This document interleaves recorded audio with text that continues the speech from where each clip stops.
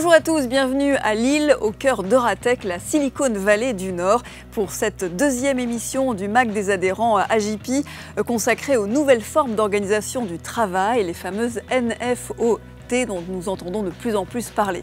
Alors quels sont les avantages, quels sont les inconvénients de ce travail à distance?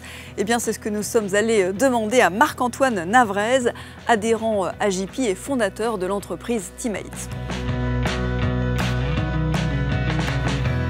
Bonjour à tous, Teammates est une agence digitale. Notre métier, c'est d'accompagner les entreprises, les organisations dans leur innovation, leur transformation numérique. On a vraiment deux champs d'intervention. Le premier, c'est un pôle design, conception, composé d'une dizaine de collaborateurs, consultants et designers. Et le deuxième pôle d'expertise, c'est le développement, l'ingénierie, la technologie. Notre équipe est composée d'une vingtaine de personnes. Notre métier, c'est de développer des applications web et mobiles. Pour créer ces nouveaux usages, ces nouvelles expériences qui ont du sens et de l'impact pour nos clients. Bonjour Marc-Antoine et un grand merci à vous de nous accueillir au cœur de Teammates. Bonjour Karine, merci de votre invitation. Alors comme on l'a vu dans le portrait de l'entreprise, vous êtes une entreprise de services dans le digital. Alors j'imagine que le télétravail, les outils digitaux n'avaient déjà pas de secret pour vous avant le premier confinement. Vous avez donc vécu cette période peut-être plus sereinement ? C'était vraiment pas facile en fait, malgré le fait qu'on pratiquait déjà avant un mode de travail avec le télétravail déjà, en tout cas en mixte. Là, on est pas passé plus simple quand pour même, autant, quoi. Voilà, on est passé dans un mode à 100% de télétravail avec beaucoup de distanciation, beaucoup de virtualisation des échanges et ça a été aussi compliqué pour nous, malgré le fait qu'on soit dans le numérique. Nous, on fait beaucoup d'ateliers de conception avec nos clients, avec des équipes, avec des groupes, des focus groups, du design thinking. Forcément, à distance, la transmission des idées, des émotions, de la créativité, elle est moins importante. Oui, ça n'a pas été facile pour tous les types d'activités. Exactement. Oui. Merci. On verra tout à l'heure qu'il y a quand même des belles choses qui ont émergé de toute cette période. Alors, à l'image de ce que vos clients ont vécu, de ce que vous-même, vous avez vécu et vous êtes adapté à ces nouveaux modes de travail et de communication, AJP aussi a fortement digitalisé ses modes de relation avec ses adhérents. Je propose de faire le point sur ce qui a changé et sur les prochaines évolutions avec Anne Escher, directeur au centre de gestion. Bonjour à tous. Nous avons effectivement été contraints de modifier très rapidement notre façon de travailler, puisque notre objectif, c'était que nos collaborateurs se sentent bien et aillent bien, et pour vous servir au mieux durant cette période si particulière. Nous avons mis en place des outils de signature électronique que vous avez adoptés pendant ce confinement, puisque la distance faisant, c'était plus facile pour signer les documents. Nous avons également mis en place des systèmes de sélection médicale en ligne qui vous permettent rapidement de répondre à des questionnaires de santé. Nous avons également mis à disposition un espace sécurisé pour vous permettre d'échanger vos courriers avec nous, avec l'association AJP. Et ça a vraiment permis à vous, adhérents, et ainsi qu'à vos agents, finalement de continuer à travailler ensemble pendant cette période nouvelle, tout simplement. Pour poursuivre la digitalisation, nous allons continuer à alimenter votre espace sécurisé, ma messagerie sur ajp.com, pour vous permettre d'y déposer vos demandes d'arrêt de travail, vos demandes d'avance par exemple sur un contrat clair, mais également vous permettre de déposer vos documents de sélection médicale sur cet espace. Et vous y retrouverez bien sûr l'ensemble de vos informations. Ce qu'aujourd'hui nous vous envoyons par papier, demain nous vous les enverrons par email, si bien sûr vous en êtes d'accord. Avec nos équipes et votre agent, nous allons continuer à développer des services de proximité pour vous. Une transformation digitale qui a été très largement boostée par la crise, avec également la généralisation du télétravail. Pour autant, les sondages font apparaître du côté des salariés des demandes un peu mitigées et des attentes également plus équilibrées, puisqu'une majorité semble souhaiter plutôt une formule mixte avec 2 à 3 jours de télétravail par semaine. Est-ce que vous comprenez ces sondages ? Oui, je comprends totalement. J'étais vraiment assez interrogé par cette sacralisation à un moment du télétravail qui devenait presque une norme ou un droit ou quelque chose qu'il fallait inscrire presque comme sacré. Moi, je pense que déjà, personnellement, quand on ne met pas de frontières entre le professionnel et le personnel, c'est pas toujours évident à gérer. Ne pas avoir de contexte social, professionnel, ça peut avoir des effets sur la personne, sur notre état d'esprit, notre santé psychologique. Et aussi, le télétravail a cette tendance à transformer la personne en ressource qu'on consomme et qui vient travailler pour une structure ou pour une autre à distance. Et puis on peut switcher, on peut changer, et on peut aller la chercher ailleurs aussi, voir là où elle est moins chère, à l'étranger, etc. Donc ça, c'est pour moi un point de vigilance hyper important. Alors, quels sont les avantages et les inconvénients de ces nouvelles organisations du travail? Quel type d'activité privilégier à distance et en présentiel? Eh bien, toutes ces questions, nous allons les poser à notre expert Thibaut Brière qui nous rejoint. Bonjour Thibaut Brière. Bonjour Karine. Alors vous êtes philosophe en entreprise, conseiller en management, auteur de nombreux ouvrages sur les organisations du travail, en particulier celui-là, très concret, 10 clés pour préparer mon entreprise au travail à distance. Vous avez entendu le témoignage de Marc-Antoine sur la façon dont il a vécu cette période un peu compliquée pour lui et de nombreuses entreprises. Est-ce que finalement cette expérience est représentative de ce qu'ont vécu la plupart des entreprises ? En tout cas, l'exemple de Timet illustre bien l'ampleur des bouleversements que la généralisation du travail à distance provoque dans les organisations. Le rapport à l'entreprise se modifie profondément à plusieurs niveaux. D'abord, le rapport à soi change profondément, le rapport aux autres, aux collègues, le rapport des managers aux collaborateurs et le rapport à l'espace et au temps. D'abord, le rapport à soi, donc. On est moins, lorsqu'on se trouve en travail à distance, on est moins en représentation permanente. On s'use moins à paraître. Deuxièmement, le rapport aux collègues se modifie profondément parce que lorsque on discute par visio avec les collègues, la relation est beaucoup plus formatée parce que l'outil formate, canalise la communication.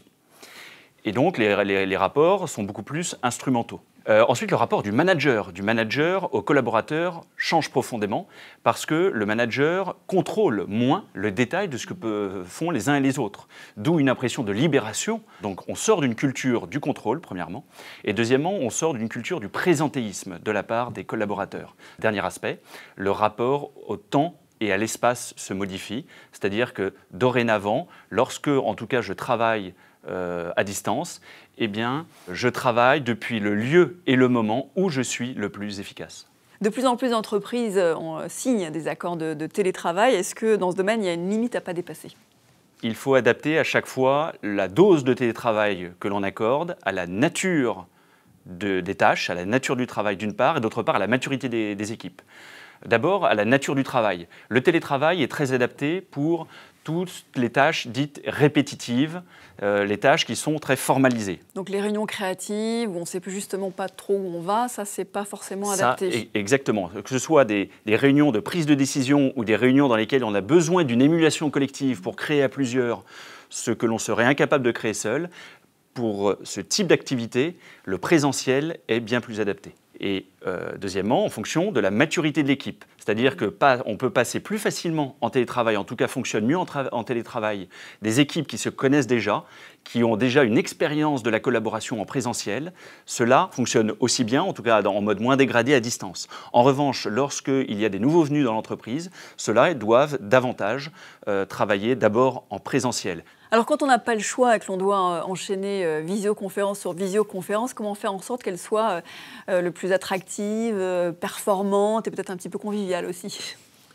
Les réunions collaboratives à distance demandent, et je reconnais beaucoup ce qui s'est passé pour nous, beaucoup plus d'orchestration, c'est-à-dire que ça devient une composition, c'est quelque chose, et l'animateur devient aussi encore plus un facilitateur, il donne le ton, il donne le rythme. Et c'est vrai il met de l'énergie, ça demande de l'énergie. Voilà, comme on faisait avant, mais de façon amplifiée, puisqu'il faut tout rythmer, tout orchestrer. Merci. Place maintenant à vos questions que vous nous avez remontées via le fil AJPI. Première question de Marie qui nous demande si, en dehors des outils de visio bien connus, vous avez des exemples d'outils digitaux facilitant le télétravail.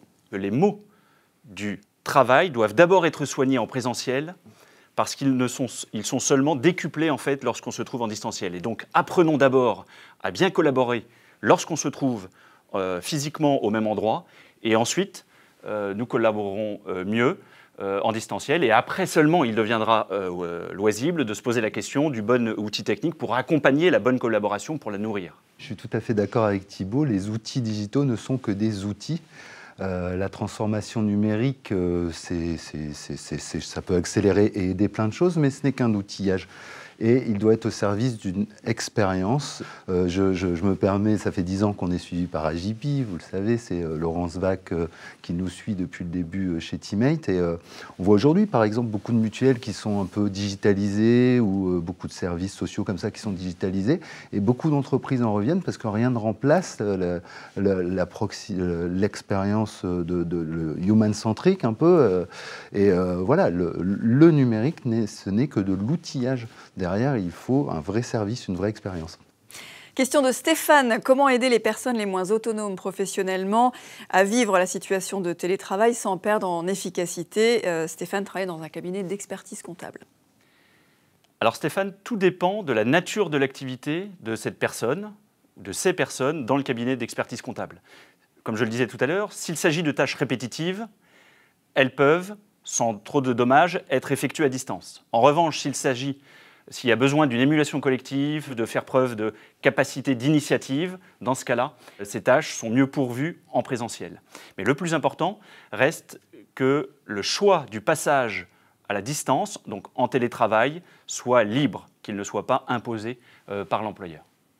Une question à présent de Philippe. Est-ce que vous pouvez nous donner quelques exemples en matière de NFOT, les nouvelles formes d'organisation du travail, qui soient inspirantes pour des dirigeants de TPE-PME? Je pense que ce qui est important, c'est l'épanouissement professionnel.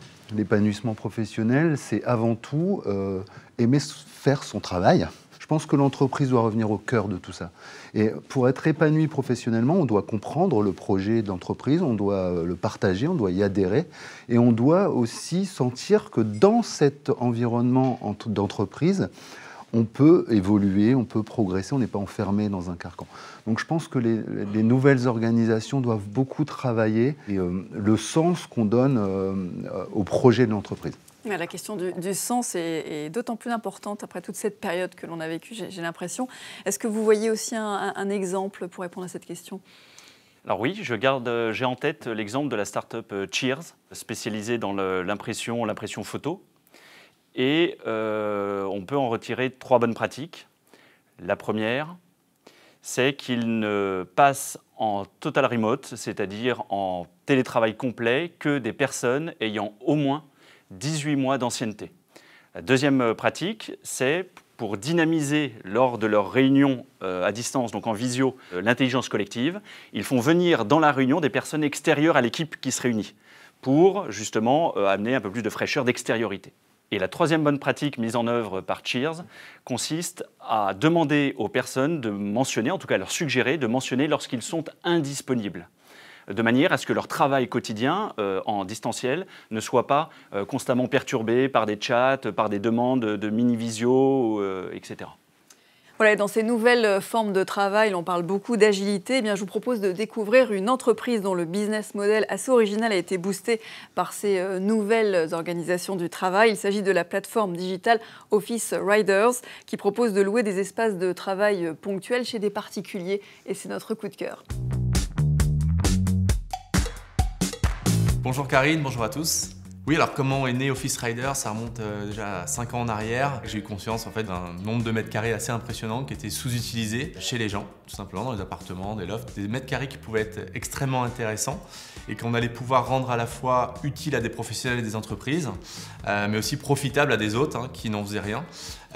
Donc ça a été un peu le point de départ. Et aujourd'hui, on compte des milliers d'espaces partout en France. Donc c'est vrai qu'on a connu une forte explosion depuis notre création. Et je pense que ça reflète aussi la tendance de fond dans les modes de travail des entreprises de toute taille. Aujourd'hui, par rapport aux offres qu'on propose, c'est vrai qu'on adresse différents usages. Il faut savoir sur Office Riders, on a justement cette hyper flexibilité qui est assez unique. Et on aime bien dire chez Office Riders aussi des environnements qui vont permettre, disons, le facteur émotionnel, notamment toutes ces activités qui font appel à la créativité, aux échanges, aux interactions qui vont être beaucoup plus permises dans le type d'espace qu'on propose. Merci Florian pour votre témoignage et je rappelle que vous réservez aux adhérents AJP un code de bienvenue pour tester les services d'Office Riders. Alors on arrive à la fin de cette émission. Marc-Antoine, peut-être pour conclure, est-ce que vous aussi vous avez pensé à ce type de solution de flex office ? Nous sommes en réflexion permanente sur l'amélioration continue de la façon de travailler pour les collaborateurs de Teammate.